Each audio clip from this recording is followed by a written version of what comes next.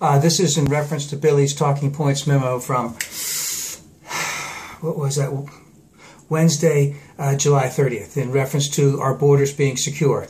Now, Billy, I know you. I love the way you write. I know that you have a line of thought, a comprehensive view of what you want things to be, and not necessarily the way things actually are. Yes, there are many things going on at our border. Yes, you did good to give a nice, quick history of the fact that our presidents and our Congress have not secured the border in a certain way. But the other things that you don't bring up, your sins of omission. What have we done to help these Central American countries prop up their economies so that they have a decent middle class, and they don't have children growing up with the threat that if the daughter doesn't join a gang and get raped, that they'll either kill her or impregnate her and then kill her or whatever. What type of country are we that we aren't investing in those countries to help them do those types of things? What types of things are we doing in our own country to prop up our own economy so that people can live here in a decent way? And what can we do more? Well, here's another big thing. You had a big thing the other night in reference to pot.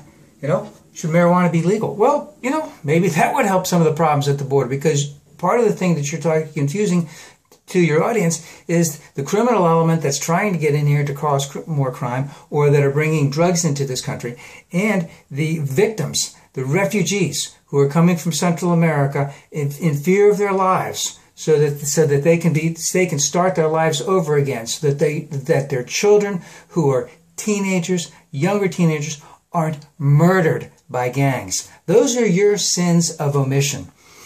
So just as an example, with the pot thing, that if all the drugs were legalized, what would the gangs do? The big gangs, the criminal cartels. They'd have to become legitimate, but they'd have to take a heck of a lot less profit. They'd have to negotiate. They'd have to negotiate in good faith. It would take a long time to do that. Yes, I agree. But those things can happen. But even just your mild refusal of saying that we shouldn't do anything in reference to pot, and I think I mentioned, I know what it's like to grow up in an alcoholic household. And believe me, it's not pretty. And I can say honestly, and I'm not saying this happened in my case, but the threat of violence, or the actual violence, to a child in an alcoholic household, when something like that happens, someone is completely out of control, is just absolutely devastating. Multiply that 1,000 times by the threat of death in these small towns and villages in Central America.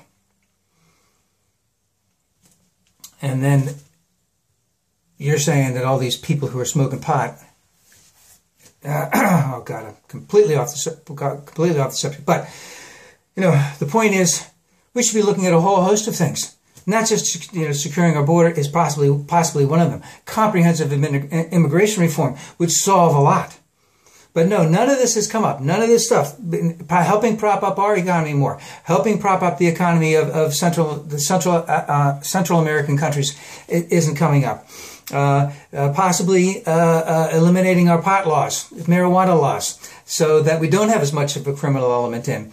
All of these things, are many of these things you're not even addressing. All you're addressing is secure the borders. We have a long fence from San Diego pretty far across. I know that. And there are open spaces. And these children that are coming here, they're not coming here and trying to get away. They're coming here and giving up. There's a lot of people who are still trying to come in here so that they can, who are, let's say, young adults, older adults, late teens, who are coming here to get a job, to establish roots, because they need the money, right? And they're not trying to hurt anybody. They're just trying to have a reasonable existence. And we will always have a problem at our border as long as we have a third world country at our border. And again, there are so many things that we could be doing, outside of just securing the border. That's all you seem to want to do. Your one-stop shop, your one-stop solution. Secure the borders. That's it. It's not the way it's going to happen. It has to have a comprehensive reform. Something more has to take place than securing the borders. Something more has to take place than just taking these children and sending them back. That's enough for today.